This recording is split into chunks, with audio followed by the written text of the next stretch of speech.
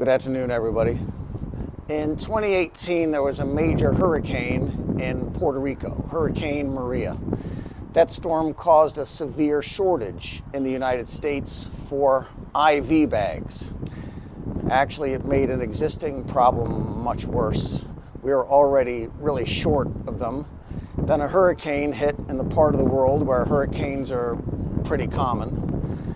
It knocked out power, electricity, to one of the only factories that made IV bags, and then we don't have any IV bags in American hospitals.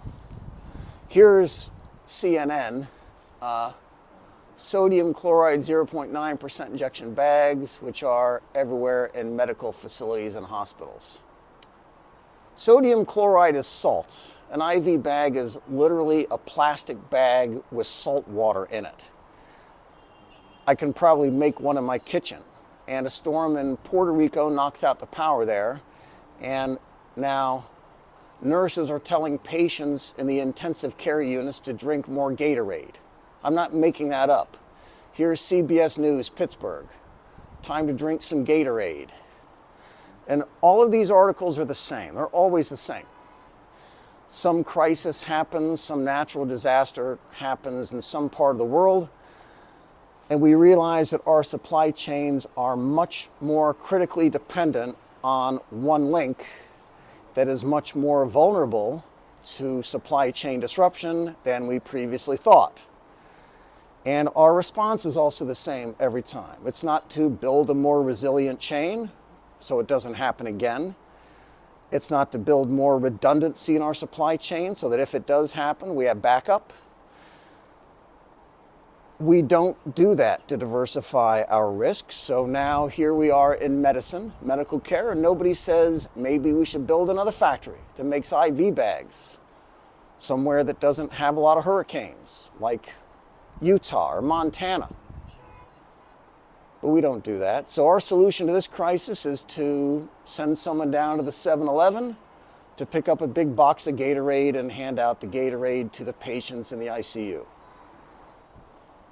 There are two long reports here that we will link to and you can read for yourself. There's one in particular that reads, I think, 30 pages, and a lot of it is devoted to India. And you're welcome to do that afterward. One of the key points in this one here is that there are 100 drugs in the United States, and the supply of all those 100 drugs is dependent on a single factory in China. China and India dominate the supply of generic drugs that are sold in the United States. There's a Professor Scholdermeyer, who shows that the U.S. is dependent on India for 45% of all the generics, of all the generic medicines that we buy. India, in turn, is dependent on China for the APIs and the KSMs. So APIs are active pharmaceutical ingredients. Those are the ingredients in the drug that actually cause the drug to do what you need it to do. KSMs are key starting materials, and those are required to build the APIs. So China has monopolies on many of the APIs and the KSMs, which are often sent to India to make the drugs, which are then sold to us as generics. So here is the professor again, and he makes the point about how just one factory in the whole world makes those important ingredients for the 100 important drugs, and that factory is here in China. He quotes here, if China decides to use its leverage, we would be in trouble, he says. And that actually was not my first thought, concern about China using its leverage. What's more likely to cause a problem for us and in that factory? I'm less concerned about a political agreement with China, honestly, and more concerned about an earthquake in China or a flood. We didn't have IV bags in the United States because a storm in Puerto Rico knocked out electricity there. Shouldn't we be more worried about that? Does that factory in China have backup power? And whatever the answer to that question, why don't we find another one or build another one? In this section is a good explanation of how we actually got here, why this is going on. There are two major groups responsible for buying bulk drugs in the United States. Group purchasing organizations are GPOs, and pharmacy benefit managers or PBMs. PBMs are the middlemen in between drug manufacturers and the pharmacies. That market is now three companies basically who control 80% of the prescription drug market in the country.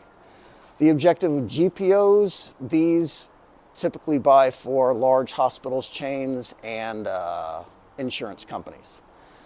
And PBMs and GPOs are to maximize profit. They are middlemen, after all, and they take the spread between what they can buy the drugs for and what they can sell them for to the patient networks. These drugs just cost less when they're made overseas, and candidly, there just isn't enough profit in generic drugs for our domestic companies to manufacture them anymore. And so after a few years of this system going on, they buy them primarily from China and India. And now China has 95% of the ibuprofen market, 91% of hydrocortisone, 70% of acetaminophen, just under half of the penicillin market. We also have shortages of dozens of drugs besides, because there isn't much profit in making those. Here is a chart from the FDA. It shows the number of drugs year by year for which we report a nationwide shortage. In 2023, there were 156 drugs that we were short of nationally. And experts point out here that it is routine, that there are constant regional and local shortages of hundreds of drugs. But a shortage only makes it into the FDA database if the shortages occur across the entire national system instead of just a part of it. So this is how these shortages have been playing out, and now it's happening not only in drugs. We don't make syringes and needles so much anymore. In the past 2 years, we went from 3 makers of syringes and needles to just 1. 2 major suppliers shut down in the US, and they've outsourced it all to China. The US uses 10 million syringes per day, and 2/3 of all the hospital procedures in the US require a syringe or a needle. We need 10 million syringes every day, and now we're down to only 1 US manufacturer of them. Last week, the CEOs of the world's top pharmaceutical companies came to China for a big meeting. Here's one of the photos. The CEOs of AstraZeneca, Bayer, Bristol Myers Squibb, GSK, that's GlaxoSmithKline, Novartis, Pfizer, Abbott Labs. There's about $3, maybe $4 trillion worth of market cap right there in that photo. And they came to China to discuss ways they could open the Chinese market to US and European drug manufacturers. An American skeptic, like myself, would be asking what the point of this meeting actually is. The Chinese clearly don't need advice on how to make drugs, considering they're making most of ours right now. We might also ask these CEOs, why do you pretend you can satisfy the Chinese market, which is over 1 billion people, when you can't even supply the American market? You are pharmaceutical companies, are you not? You're heads of American and European pharmaceutical companies. This is the database from the FDA, the Food and Drug Administration, and it lists all the drugs that are in shortage right now. There's no need to fly to China to find new market opportunities. I found it in 5 seconds with a Google search. Here's a list of drugs you guys can be making tomorrow and selling for a big profit to hospitals across the United States. Hydrocortisone. By the way, China supplies 91% of our hydrocortisone. It's still not enough. You could be making that. Ketamine, lidocaine, methamphetamine. You can set up a meth lab in America legally and sell methamphetamine to hospitals. But there's not nearly enough profit, even in methamphetamine, for the CEOs of Pfizer or GSK to want to bother. And everyone in that meeting room knows something else too. That when our drug companies go to China to sell our expensive drugs there, we're not even going to be making them. The Chinese are. The Chinese will be making the drug in a Chinese factory. We're just putting our company's name on the box. and charging a Chinese patient $1,000 for a pill that cost a Chinese factory $10 to make. And here, a Chinese skeptic might come in, and he would ask if that's not the dumbest idea he's ever heard. Let's go back to this quote again. If China decides to use its leverage, we would be in trouble. Honestly, what do we think is more likely to happen? That somebody in China decides to really put the screws to us and, I don't know, double or triple the prices of the products coming out of that one factory that makes the 100 drugs we need?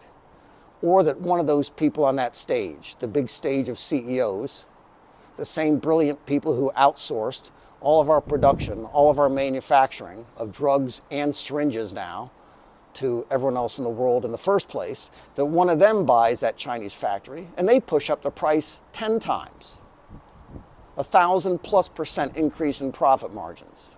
Or one of them might close a factory and decide there's a lot more profit in making cancer drugs than medicines for cold or flu. That's not a rhetorical question. Which do you think honestly is more likely? Here's a factory in China that basically has a monopoly on the ingredients for 100 of the drugs sold in the United States. Who is more likely to use that to their advantage, to make risk-free profits at 10 times? Someone in China or someone on Wall Street? I think I have a good guess.